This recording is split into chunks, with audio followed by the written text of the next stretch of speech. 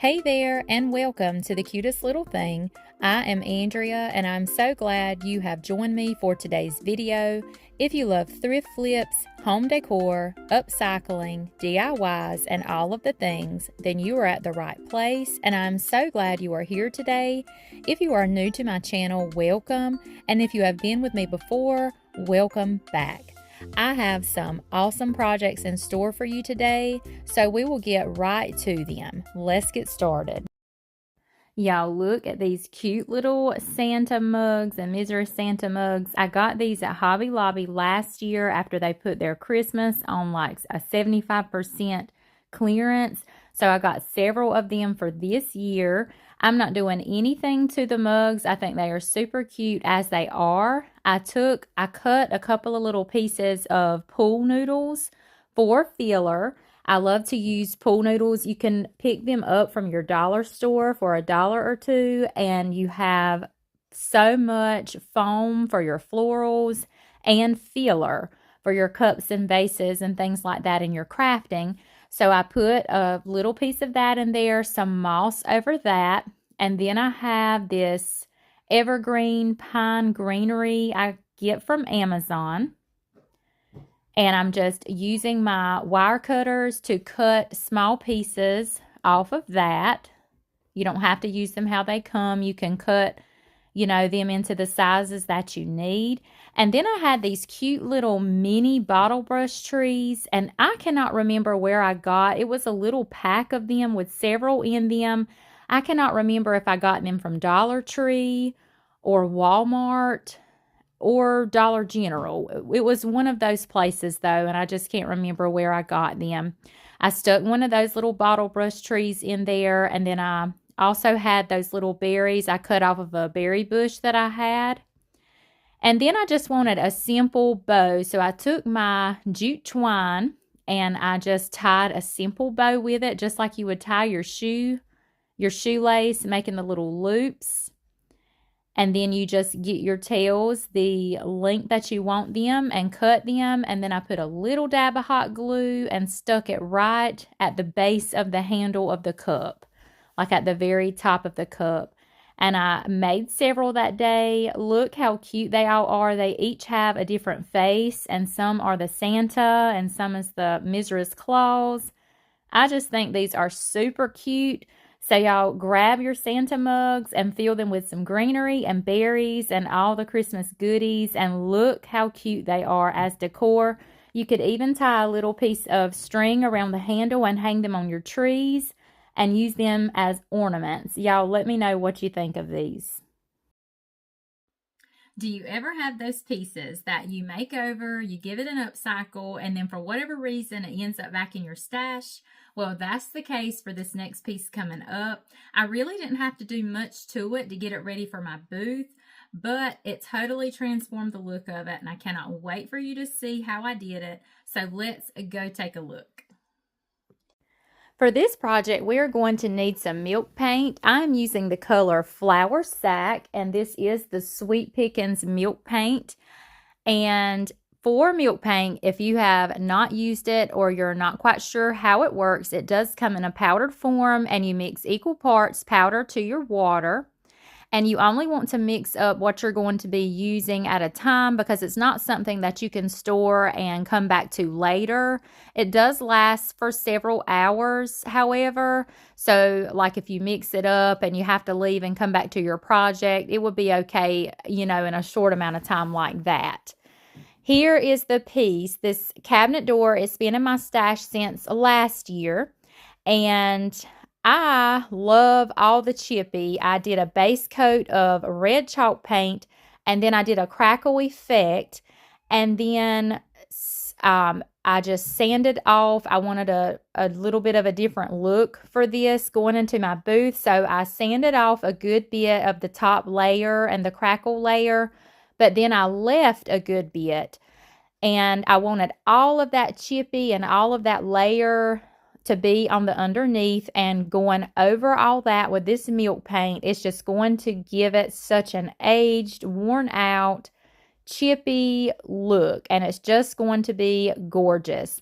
So after I mixed up that milk paint, you want to let it sit for just a few minutes and thicken up. I put a good first coat of paint, and now here I am with my heat tool, giving it a good dry. Oh, I almost forgot this part. Before I went in with my milk paint, I took some wax, some Best Dang wax in the clear, and I went over in several spots on the door just so that paint would not adhere where that wax was. And as you can see, going over it with that heat tool, that is exactly where most of the chipping is taking place, where that wax was. And this beautiful berry garland wreath came from Hobby Lobby, and I've already tied a piece of lace around it, and that's just going to hang on the door. I love making these doors all year, but especially at Christmas time because you can hang the pretty Christmas wreaths on them. And this decor piece is interchangeable, so you could leave it in your home, all year and just change out after Christmas and the winter season. You can hang you a pretty greenery wreath on there for spring and summer, and then even a pretty fall wreath when fall came around, because, I think red's a pretty color in the fall too. And I did have a couple of my berries that were chipped, and it was showing a little bit of the white foam. So I just took some red acrylic paint. This is Barn Red or something like that is the name of it. And I just took some and dabbed over those berries, over those white spots on the berries. And then it looked good as new. And just as simple as that, guys, we just took a cabinet door that was no longer being used or would be thrown out in the trash, and we have made a beautiful piece of home decor for Christmas and winter and even all year long.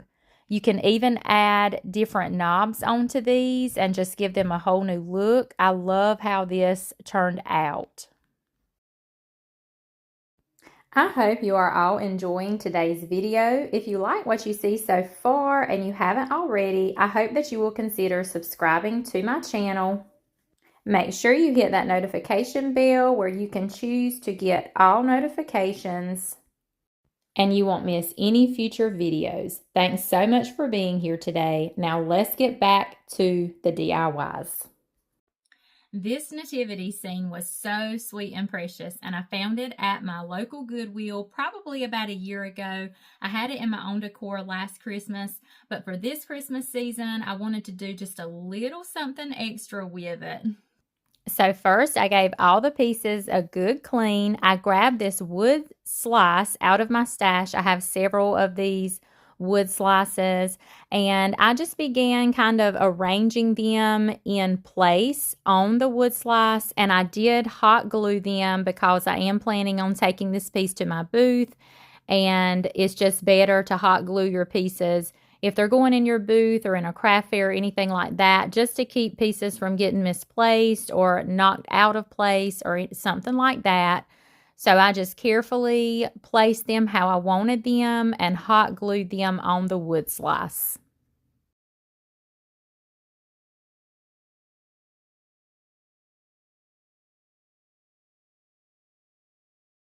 I thought it was already super cute, but I wanted to add just another little touch. So I took some Spanish moss and I put it all around the wood slice, all in between the nativity pieces. And you can get your moss from Amazon, Walmart, Hobby Lobby, any craft store carries it. And I do like to pick up different mosses from different stores because some have different colors to them, if you'll notice. But I did want to use this one. It had more of the brown tones in it. But I just carefully hot glued it all around.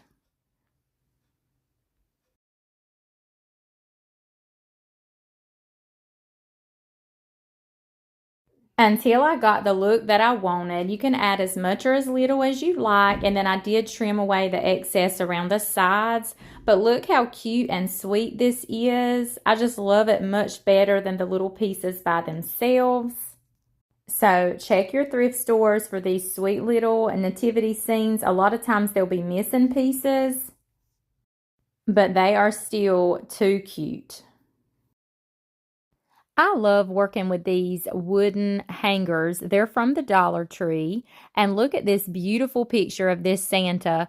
This Santa, I had a gift box from a year or two ago, and I took that gift box and made a copy of it on my printer and printed it out. I printed out several images or picture pages of it, and that's where this Santa came from. So that's just an idea. You can take those gift boxes or gift bags and make copies on your printers to craft with.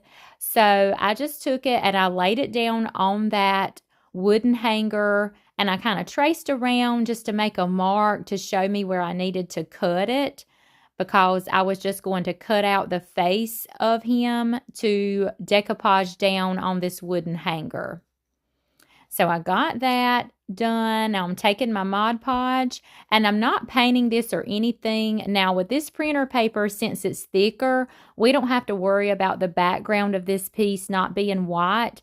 But if you're using rice paper or a napkin or any thin, piece that you're decoupaging with, you want to be sure that background is white, because it's going to make your image pop and seem more colorful than it would another background. So I just applied a good coat of that Mod Podge down, just a good thin coat. You don't have to, put a thick coat on or anything like that. And I got my Santa image positioned on my piece and got him rubbed down. And with printer paper, you don't have to worry about a lot of wrinkles, but sometimes they do try to pop up here and there. And I just like to take a piece of saran wrap and smooth down those wrinkles. And I'll also take my heat tool and just apply a little bit of heat while I'm rubbing in those wrinkles, and it helps that paper adhere to your piece. And it also helps heat set that image. You're heat setting the ink in that paper, and you are smoothing down your piece all at once. So now we're ready to embellish this piece. I have these boxwood greenery picks I like to get at Walmart, and they're not that much. I can't remember right off how much they are, but I do get these in the summertime, so I'm not sure if you could find them this time of year or not, and it may be something they keep all year. And you can tear these picks apart. They pull apart rather easily, but you can also cut them apart with your wire cutters as well. And I'm just taking little pieces of this boxwood, and I want to go all the way around this frame and line the edge of this piece with that boxwood greenery and hot glue it down. I want it to seem like we're making a wreath, and that Santa is just kind of peeking through that wreath is what I'm trying to go for here. I kept gluing and sticking those greenery pieces all the way till I got all the way around it. And then you can kind of look at it and see where you have a thinner spot. You can add a little extra greenery. Or if you see an area that is a little too thick, you can cut away some of the greenery and put it somewhere else. Just kind of play with it until you're happy with the look that you get. And you can use any type of greenery. I wanted it a pretty green color for Christmas and to go with that pretty red. And I thought this was a good match. Now I have some ribbon. I just have some random ribbon in my stash, and I'm cutting it to fit to the size of my bow that I want. And you can see how thick it is, but when you have thick ribbon like this, you can cut it into pieces into the width that you would like. I got it all cut. Now I'm taking my bow dabber. You want to put a piece of jute string down first and then start layering in your ribbon strips or fabrics or whatever you're using to make your bows. And I'm just making a ribbon strip messy bow here. So you just want to crisscross them in. And then when you get the bow, the fullness you think you'll like, you'll just pull up on that piece of jute string that you laid down, and that brings your ribbon up out of the bow dabber. And I like to double knot it just for extra hold, cut away those extra jute strings. I also like to use wired ribbon. To me, it's just easier to work with, and you can bend it and move it however you need to. And I'm going to embellish the middle of my bow with this half wood bead. I just thought it matched the handle of our piece with the natural wood color, and the middle of our bow would kind of match that. And I found these little red berries. They are picks from Walmart. I get them, they're, I think, 98 cents a piece, but you can cut those apart as well and use them as you want. So I hot glued down a piece of that berry pick on each side, and then I hot glued my bow down, and I kind of wanted my bow on the side of my hanger and not directly in the middle. And adding those berry pieces on each side of my bow made me want to add some to my greenery. So I just took the berry pick and I cut some little pieces of berries and hot glued and just kind of placed them here and there all around in that greenery. And you can add as many or as little as you would like. I think it is super cute, and it just adds another pop of red to go with the red in our bow and, of course, on our Santa. And look how pretty that is. And now I have these little tags. I can't remember exactly where I got them from, but I was going to paint it. I thought about leaving it the natural wood, but I thought I would leave the beads natural. But look, that color drop cloth in the Dixie Belle, you couldn't even tell I was painting. It was almost the exact same color of that natural wood. So I just grabbed some white acrylic paint that I had over on my shelf. That still weren't quite bright enough, so I had to go with just white, just plain white. You'll hardly ever see me using plain white because I just love creams and off-whites and antique whites. But I painted just the circle part of this with that white. I painted the front and the back because it's going to kind of hang and dangle. So just in case you could see the other side, I wanted it to be the same. And I took my ink pad and a little stamp I got off of Temu and stamped Merry Christmas right onto that tag, the center of that little tag. I thought that would be a nice little touch as well. And I pulled my bow back and just put a dab of hot glue where I could kind of glue that tag right under. I glued the string of the tag right under that bow where you couldn't see it since I had already put my bow on and everything. And I just kind of let that hang right over to the side. And look how cute this turned out. I just love it. I think it's the cutest little thing. And again, the possibilities are endless. You can use any image, any theme really, any time of year. But I just love this Santa. I think he is so cute. I wish I would have made more copies before I crafted with all of my copies that I made. So before you throw away those gift boxes, make a copy for your crafts. Okay, friends, we have reached the end of today's video. I thank you so much for stopping by today and watching. Don't forget to hit that like button and leave me a comment. Make sure you have hit that notification bell so you will receive notifications for when I upload videos. And if you haven't subscribed to my channel already, I hope that you will do that before you leave as well if you like what you saw today. For the rest of the year, through the Christmas season and everything, I will not be uploading videos in any particular order or schedule, just kind of as I get them ready. I do plan to have a video out 1 per week and maybe 2 per week sometimes, just all depending on what I have going on. But I do hope you all have a blessed week, and I cannot wait to see you on the next video.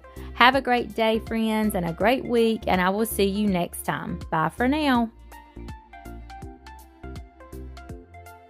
Don't forget, I am a retailer for the Sweet Pickins Milk Paint. You can contact me over through my Facebook business page. All you have to do is send me a message to place your order or for any questions you may have about the product. The color of the month is Curie. You can receive 35% off your order for that color. And for the month of November, you can buy 4, get 1 free of the sample packs.